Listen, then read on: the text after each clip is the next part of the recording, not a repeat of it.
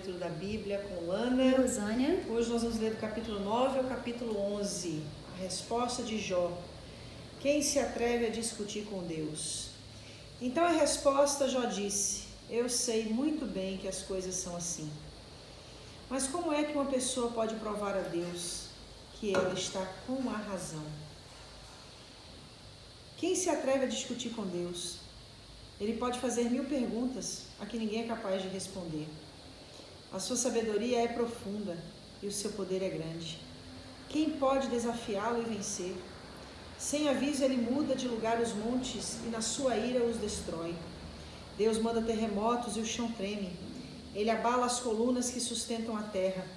Deus dá ordem e o sol não nasce. Ele apaga a luz das estrelas. Depois sozinho estende o céu. Ele pisou sobre as costas do mar. Deus criou as estrelas em grupos, a ursa maior, as 3 Marias e as 7 cabrinhas, e fez também as estrelas do sul. Deus faz coisas grandes e maravilhosas, e os seus milagres não têm fim. Deus passa perto de mim e eu não vejo, ele vai andando e eu não percebo. Se Deus quer ficar com alguma coisa, quem pode impedi-lo? Quem se atreve a perguntar o que está fazendo? Deus não volta atrás na sua ira. A seus pés caem derrotados os aliados do monstro Raabe. Sou inocente e sincero. Quem sou eu, então, para responder a Deus? Onde vou achar palavras para discutir com Ele? Ainda que eu tivesse razão, eu não responderia. Ele é o meu juiz, só posso pedir misericórdia. Ainda que eu chamasse ao tribunal e ele se apresentasse, não acredito que ouviria o meu caso. Deus me esmaga com uma tempestade e, sem motivo, aumenta as minhas feridas. Ele não me deixa nem respirar e enche de amargura a minha vida. Farei uso da força? Ele é o forte. Chamarei Deus ao tribunal? E quem o obrigaria a comparecer? Sou inocente e sincero, mas as minhas palavras me condenariam e me declarariam culpado. Sou inocente, mas não me importo com isto. Estou cansado de viver. Para mim, é tudo a mesma coisa. Por isso digo que Deus destrói tanto os bons quanto os maus. Se de repente uma desgraça mata pessoas inocentes, Deus ri. Deus entregou o mundo nas mãos dos maus e cobriu os olhos dos juízes com uma venda. E se não foi Deus quem fez isso, então quem foi? Deus não acredita que eu seja inocente. Os meus dias correm mais depressa do que um atleta. Eles fogem sem ter visto a felicidade. A minha vida passa como um barco ligeiro, como a águia quando se lança sobre um coelho. Posso tentar esquecer as minhas queixas, posso deixar o meu ar triste e voltar a ser alegre, mas logo os meus sofrimentos me deixam apavorado, pois sei que Deus não acredita que eu seja inocente.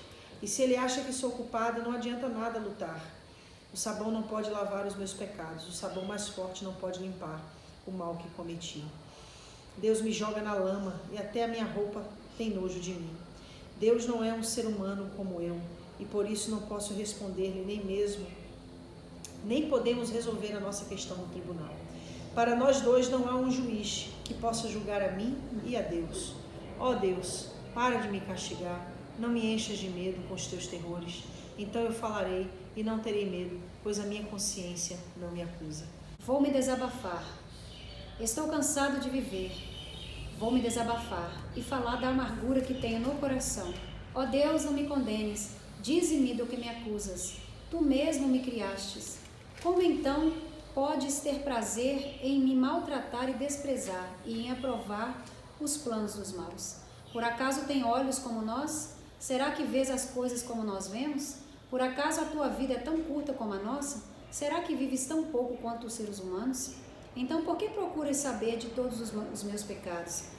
Por que te informas das maldades que cometi? Pois sabes que não sou culpado e que ninguém pode me salvar das tuas mãos. As tuas mãos me deram forma, e agora essas mesmas mãos me destroem. Lembra que me fizeste de barro. Vais me fazer virar pó outra vez?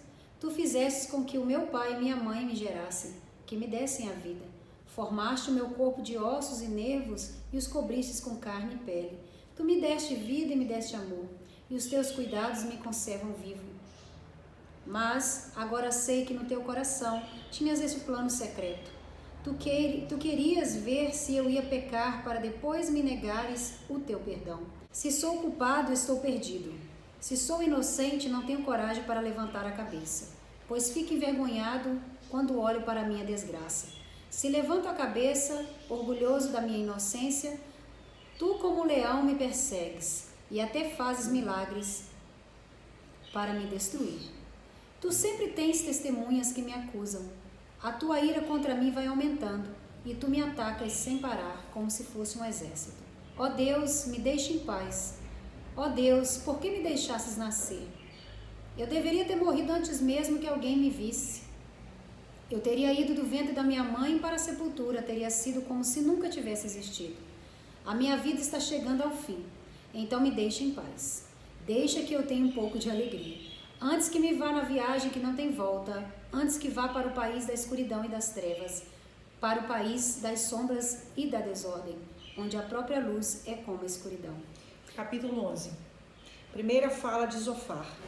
Deus o está castigando menos do que você merece. Então Zofar, na região de Naamá, em resposta, disse: será que todo este palavrório vai ficar sem resposta? Por acaso quem fala muito é quem tem razão? Jó, você pensa que não temos resposta? Pensa que as suas zombarias vão nos fazer calar a boca? Você diz que o seu modo de pensar está certo e afirma que é inocente diante de Deus. Eu gostaria que Deus falasse agora e lhe desse uma resposta. Ele lhe ensinaria os segredos da sabedoria, pois há mistérios na explicação das coisas. Assim você veria que Deus o está castigando menos do que você merece. Você poderia descobrir os segredos de Deus? Você pensa que pode descobrir os segredos de Deus e conhecer completamente o Todo-Poderoso? O céu não é limite para Deus, mas você não pode chegar até lá. Deus conhece o mundo dos mortos, mas você não conhece. Ele é maior do que a terra, mais vasto do que o mar. Se Deus passar e prender alguém e o levar para ser julgado, quem o poderá impedir? Deus conhece as pessoas que não valem nada. Ele nunca deixa de ver as suas maldades. No dia em que os jumentos selvagens nascerem mansos, as pessoas sem juízo vão ter sabedoria. Abandone o pecado. Jó, vire o coração para Deus e ore com as mãos estendidas para Ele. Abandone o pecado que mancha as suas mãos e não deixe que a maldade more na sua casa. Então você andará de cabeça erguida, puro, firme e sem medo. Você não lembrará dos seus sofrimentos que serão como águas passadas que a gente esquece. A sua vida brilhará mais do que o sol ao meio-dia, e as suas horas mais escuras serão claras como o amanhecer. Você viverá seguro e cheio de esperança. Deus o protegerá, e você dormirá tranquilo. Quando você estiver descansando, nada o assustará, e muita gente virá lhe pedir ajuda. Porém, os maus olharão em redor desesperados, e não acharão lugar para onde fugir. Para eles, a morte será a única esperança. Quem tem um amigo desse, não precisa de inimigo, né? Sai correndo. Mais uma vez, a gente entra aí dentro do contexto dos sentimentos de Jó. Eu particularmente, eu fico muito enternecida no sentido de ouvir as palavras de Jó, o que denotam o desespero que ele tinha em procurar compreender aquela situação. Uma coisa é muito alarmante, né? E também denuncia muito o que a gente pensa. Eu quero muito que a gente leia esse livro de Jó olhando pra gente, Sim. sabe? Sim. Porque, sem dúvida, é assim também que a gente pensa. A gente porque tem que trazer Jó declara que ele é inocente. Ele chega a dizer, ó, Deus esteja errado e eu esteja certo. E quantas vezes a gente não está passando por uma situação que a gente não concorda com a maneira como Deus age? Que a gente não acha que é justo o que Deus está permitindo a gente fazer. Ou acontecer com alguém que a gente ama. Com alguém que a gente ou ama. alguma coisa que é importante para nós. Eu me lembro no e-mail dos minhas pastoras, né? Uma pessoa mandou um e-mail falando da morte do sobrinho de uma criança, né? E aí ela externa a dor dela. Ela fala assim, por que Deus vai deixar uma criança, um inocente, morrer? Ou seja, a realidade é essa. A gente não consegue compreender os feitos de Deus. A gente sabe que existe essa vontade permissiva, ou seja, Deus permite que coisas ruins aconteçam. E aí, quando essas coisas ruins acontecem, a primeira coisa que a gente faz... Deus não liga pra mim. Não, é achar que Deus está errando. E foi isso que Jó fez. Jó achou que Deus estava errando. Jó estava dizendo, né? Mas como é que uma pessoa pode provar a Deus que ela está com a razão? Ou seja, Jó se sentia com mas a como razão. eu tenho razão, mas como é que eu vou provar isso para ele, né? Exato, então ele se sentia assim. Inclusive ele fala no versículo 28, pois sei que Deus não acredita que eu seja inocente. Então quando ele diz que Deus não acredita que ele é inocente, ele está dizendo que Deus é injusto e ele é justo. E muitas vezes nas situações que a gente vivencia, que a gente não concorda com aquela causa na justiça que a gente entrou e perde. Porque eu sou crente, aquela pessoa não é crente, aquela pessoa me prejudicou. Querido, né, que Jesus levou. E aí por que Deus não me deu vitória? A pessoa não entende. Aí automaticamente essa não compreensão da maneira como as coisas acontecem faz com que a gente coloque Deus no lugar de injusto. E isso é perigoso. É aí que tá a situação mais dificultosa. Essa é a linha tênue que Jó estava. E a gente percebe que Jó, ele tinha altos e baixos, né? Sim. Aqui no capítulo 10, versículo 18 ao 19, né? Ele voltou às lamúrias, né? Querendo morrer de novo. Sim. O que o torna humano, né? Na realidade, eu acredito que ele continuava com esse sentimento essa inconstância, era uma inconstância devido Sim. à situação que ele estava, né? Mas o que eu percebo aqui em Jó, e o que eu percebo assim, muitas vezes na gente também, é essa guerra interna, né? Sim. Entre, sim, a nossa fé em quem Deus é e entre o failure que a gente é, né? A fraqueza que a gente é, né? Então, é uma guerra constante dentro de nós. A gente percebe em Jó isso. Ele tinha essa guerra constante, ele reconhecia o poderio de Deus e a soberania de Deus sobre a vida dele, mas ao mesmo tempo, trazendo o que você falou, mas voltando aqui para a inconstância dele, ele já trazia como é que fala? Essa vontade de não viver, essa vontade de sair da situação. Depressão. Então ele estava realmente dentro de um sentimento depressivo e dúbio, né? O que eu vou acreditar? O que eu vou fazer? Embora ele demonstre o tempo todo o quanto ele crê em Deus, né? Olha o que ele fala no versículo 17 do capítulo 9 e no versículo 20. Ele 17 ele diz assim, Deus me esmaga com uma tempestade sem motivo. Aumenta as minhas feridas, ou seja, ele está sendo injusto comigo. Versículo 20, sou inocente e sincero, mas as minhas palavras me condenariam e me declarariam culpado. Ou seja, eu sou inocente, mas não sei colocar a minha causa e isso me faz culpado. Mas o que ele está querendo dizer aqui? Deus está sendo injusto comigo. Gente, isso é muito sério. E aí eu falo, mais uma vez, vamos trazer o que Jó vivenciou para a nossa vida. É óbvio que o que a gente passa, as dificuldades que a gente passa, nem se chega perto, né, do que Jó passou.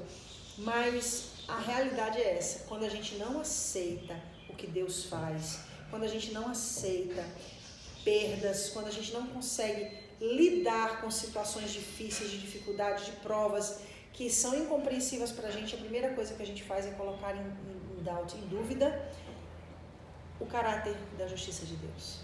E a justiça de Deus é algo inerente a Ele. Deus não pode ser desassociado da sua justiça. Ele é totalmente justo. Então, quando a gente duvida da justiça de Deus, a gente está duvidando de Deus. Da integridade dele. Sim. Quando a gente duvida da justiça dele. Então, que a gente nunca duvide da justiça de Deus, mas que a gente sempre procure... Realmente é um processo, né? Que a gente sempre procure... que Ele nos fale, Senhor, o que é que o Senhor está querendo que eu aprenda com isso? Já não conseguia ainda enxergar o que Deus estava tratando com ele. E o pior é quando a gente encontra umas almas cebosas, que nem esse Zofá aqui, né? Que fala para Jó, não, você está sofrendo é pouco, você merecia sofrer mais. Ele não estava na pele de Jó. Não estava na pele de Jó, é verdade. É muito fácil a gente falar isso para alguém, né? A gente não sabe o que a pessoa está sentindo. Ou seja, aquela pessoa que acha que a pessoa está sofrendo pouco e merecer sofrer muito mais. É muito fácil, como a gente já falou antes, o amigo é aquele que se cala e que está ali, às vezes, sem palavras, né? Por isso que eu digo, o importante não é como a pessoa começa, mas é como termina. É exatamente quando ele falou aqui, ó. Será que tudo é palavra? Será que todo esse... Ele mesmo falou, o próprio amigo dele, ó, o Zofá, esse palavrão, o que ele estava cobrando de Jó, ele estava se colocando. Se fazendo. Então, assim, muitas vezes também a gente cobra de alguém aquilo que a gente não faz. Né? Eles até começaram bem quietinho. Em relação à amizade e ao comportamento de Jó. No silêncio, tentando entender a dor de Jó. Depois... Aí depois chutaram o pau da barraca na busca de é um equilíbrio. De procurar palavras para justificar aquilo. E aí vem mais uma vez aquela teoria, né? Que inclusive é uma regra, vamos dizer assim, é o princípio da teologia da prosperidade, que é a questão de que toda pessoa que sofre, ela está pagando a consequência de um pecado. Então é a teologia de Zofar. Dos amigos aí de Jó. Desse quando ele fala. E a gente aqui, sabe que não, porque Deus permitiu isso acontecer por um motivo de... Versículo 13 do capítulo 11. Jó, vire o coração para Deus e ore com as mãos estendidas para Ele. Abandone o pecado que mancha as suas mãos e não deixe que a maldade more na sua casa.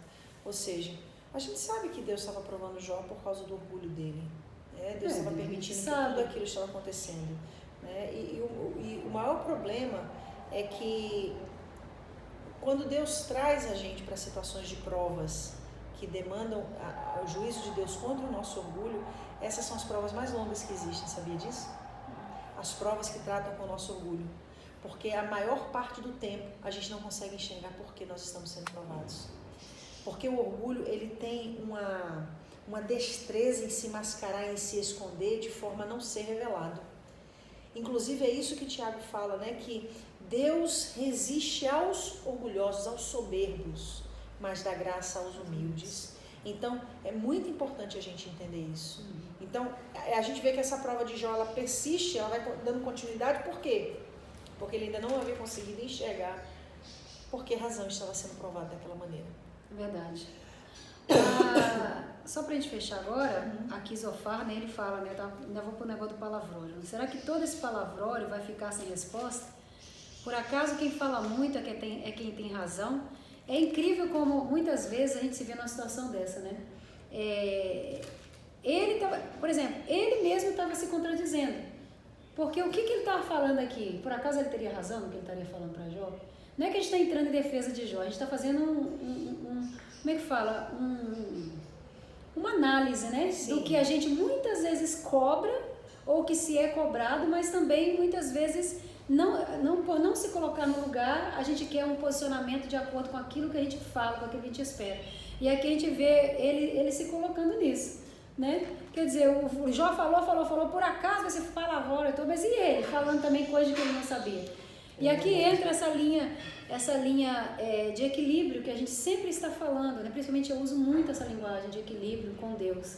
E do equilíbrio para nós, para com Deus, e de Deus principalmente com a gente, no sentido de se andar realmente alinhado com a vontade de Deus. Às vezes aquilo que eu estou cobrando de você é aquilo que eu não estou te dando. Ou às vezes aquilo que você está me cobrando, você nem passou pela sua cabeça que você também está me negando. Então é algo realmente a se pensar, E é isso, gente. Já só está começando, Voltamos então amanhã, Se Deus quiser, no capítulo 12 em diante. Deus abençoe.